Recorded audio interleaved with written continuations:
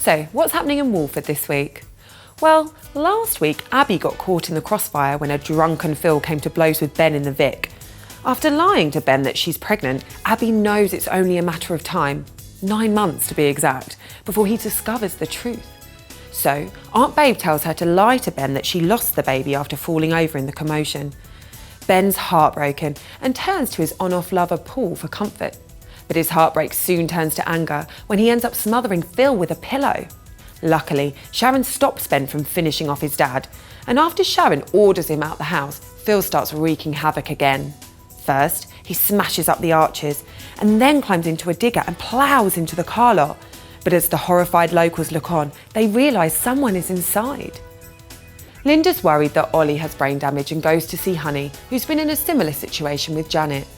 Back at the pub, Linda realises the only way to get through this is if they stick together as a family, so she tells Mick to forgive Nancy. But can Mick find it in his heart to forgive his daughter? Let's take a look at what's going on in Corrie. Carla may have met Tracy's demands, but her blackmailer makes it crystal clear that she could still tell Nick about Carla's one-night stand with Robert. And it looks like the truth's about to come out when an angry Tracy turns on Carla in the bistro and calls her an alcoholic, cheating old witch. Carla gives her a slap, but begins to panic that Tracy's about to shoot her mouth off.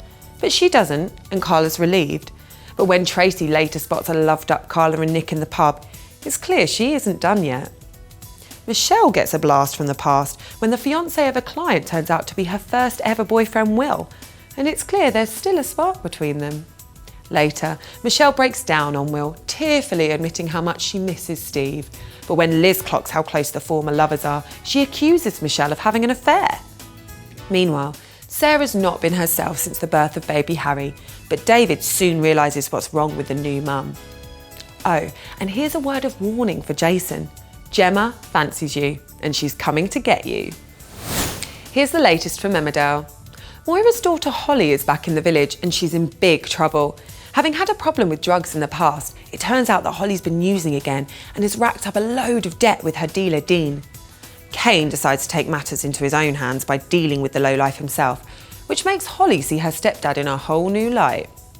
As Laurel tells Harriet that she suspects Ashley has lost his faith, the vicar enjoys spending time with his son Arthur on the village Easter egg hunt. In fact, he enjoys it so much that it prompts him to make a life-changing decision. And now, for the rather delicate matter of Pollard's bladder, Tracy, the B&B dog's body, has noticed her boss trotting off to the loo more than normal.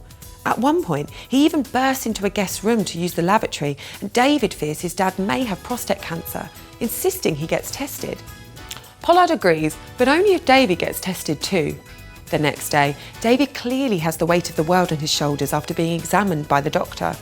And when Layla catches him trying to take a photo of his private parts, he admits his own cancer fears.